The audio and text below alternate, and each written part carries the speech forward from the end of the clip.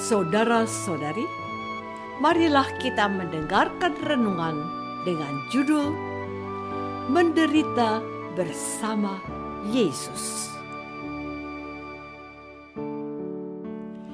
yang berdasarkan pada Injil Yohanes bab 19 ayat 26 dan 27.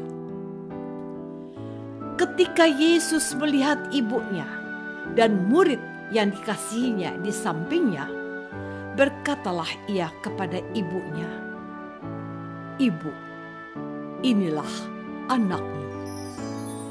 Kemudian kata Yesus kepada murid-muridnya, "Inilah ibumu." Dan sejak saat itu, murid itu menerima dia di dalam rumahnya.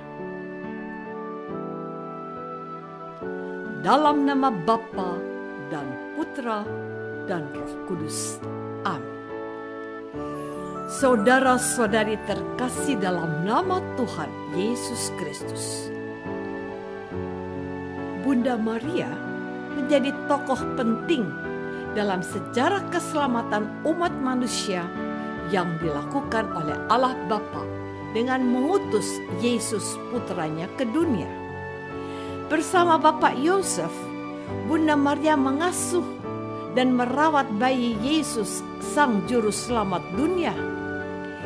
Baik Bapak Yusuf maupun Bunda Maria sama-sama langsung ditunjuk oleh Allah untuk menjadi orang tua dari bayi Yesus, Allah yang menjadi manusia.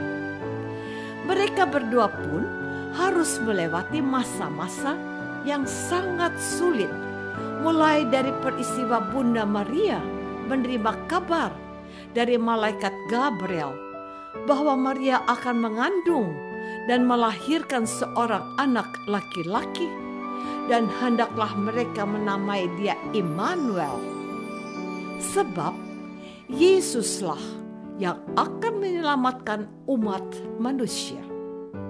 Sementara di sisi lain, malaikat Tuhan juga menampakkan dirinya kepada Yosef agar dia tidak ragu untuk mengambil Maria sebagai istrinya. Sebab anak yang dikandung oleh Maria berasal dari Roh Kudus. Kesulitan dan kesusahan yang dialami Maria dan Yosef terus berlanjut ketika mereka harus mengungsi ke Mesir sesuai dengan perintah Allah lewat malaikat yang diutusnya kepada Yosef. Saudara-saudari terkasih, menurut para ahli sejarah, Santo Yosef, suami Bunda Maria, meninggal ketika Yesus berumur kira-kira 12 tahun. Hal ini didukung oleh Injil. Kalau kita membaca Injil, Santo Yosef tampil untuk terakhir kali waktu Yesus menghilang di bait Allah. Setelah peristiwa itu, Santo Yosef menghilang dari publik. Artinya, setelah Bapak Yosef meninggal, Bunda Maria mengambil alih seluruh peran dalam keluarga, terutama menjaga Yesus, Putra Tunggal Allah. Sebab walaupun Yesus Putra Allah, hal itu tidak menghilangkan peran Maria dalam kehidupan Yesus setelah suaminya meninggal. Maka tentu saja setelah Bapak Yosef meninggal, beban dan kesusahan yang dialami oleh Bunda Maria bertambah. Kesusahan dan penderitaan itu tidak hilang meskipun Yesus sudah menjadi dewasa. Bahkan bertambah pada saat Yesus mulai berkarya di depan umum. Di satu sisi, memang Bunda Maria bangga dengan apa yang dilakukan oleh putranya yang banyak melakukan mujizat. Tetapi di sisi lain, Bunda Maria takut dan khawatir dengan keselamatan putranya. Sebab ada orang Yahudi yang mulai terang-terangin mau membunuh Yesus. Saudara-saudari terkasih, kekhawatiran dan ketakutan Maria terhadap keselamatan Yesus benar-benar terjadi. Lewat sebuah proses yang panjang dan melelahkan, Yesus akhirnya harus menerima hukuman. Ya, Yesus harus menerima hukuman mati. Meskipun sesungguhnya Yesus tidak melakukan sebuah kejahatan yang setimpal dengan hukuman mati, tetapi Yesus dituduh dan dibuat seakan-akan bersalah. Maka dibuatlah proses sidang di pengadilan yang berjalan tidak sesuai aturan, penuh ketidakadilan dan kehadiran para saksi-saksi palsu yang menambah duka cita Bunda Maria. Bunda Maria menyaksikan sendiri bagaimana Yesus putranya harus menghadapi ribuan orang yang marah dan emosi akibat sentimen agama yang sengaja dikobarkan oleh orang-orang yang membenci dan iri hati kepada Yesus. Puncak dari semua kesedihan dan duka cita Bunda Maria adalah pada waktu Bunda Maria melihat Yesus putranya harus memanggul salib sampai ke Golgota.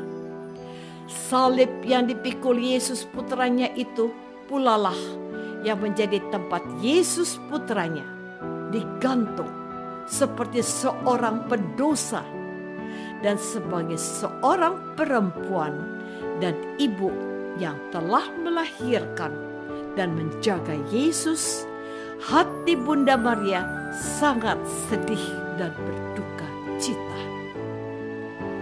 Saudara-saudari terkasih, duka cita Yesus adalah juga duka cita Bunda Maria, dan duka cita yang dialami oleh Bunda Maria adalah juga duka cita kita seluruh umat beriman atas ketidakadilan, rekayasa, dan perampasan hak seseorang yang lemah di depan hukum.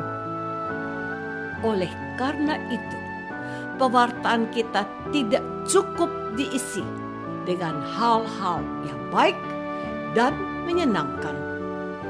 Kalau hidup kita hanya diisi dengan hal-hal yang baik dan menyenangkan, maka kita tidak berbeda dengan seorang anak kecil. Anak kecil hanya tahu semua hal baik dan indah. Akibatnya, banyak orang tua kerap melakukan kesalahan dalam mendidik anak. Misalnya, ketika anak terjatuh karena tersandung sandal atau sepatu, maka orang tua akan menyalahkan sepatu atau sandal demi menyenangkan anaknya. Anak tidak dilatih bahwa hidup kita tidak semuanya baik.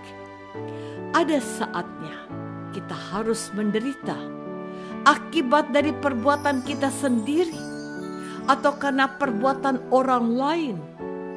Karena itu, kita perlu belajar dari Bunda Maria bagaimana beliau menanggung semua duka cita itu sampai selesai dan bisa keluar sebagai seorang pemenang.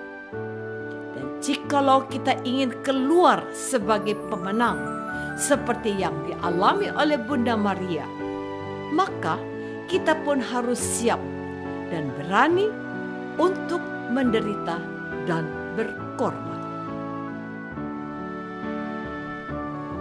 Apakah kita sudah menyadari bahwa dengan menjadi pengikut Yesus berarti kita siap menderita dan memikul salib seperti teladan Bunda Maria?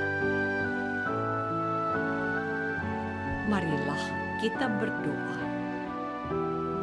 Tuhan Yesus Kristus, Bunda Maria telah memberikan teladan kepada kami para pengikut. Bantulah kami supaya kami belajar taat dan setia seperti Bunda Maria, dengan kesediaan untuk menderita dan berkorban bagi sesama. Sebab salib membawa kami menuju keselamatan. Doa ini kami persembahkan dalam nama Yesus, Tuhan dan pengantara kami. Amin. Semoga kita semua selalu dinaungi dan dibimbing oleh berkat Allah yang Maha Kuasa, Bapa dan Putra dan Roh Kudus. Amin.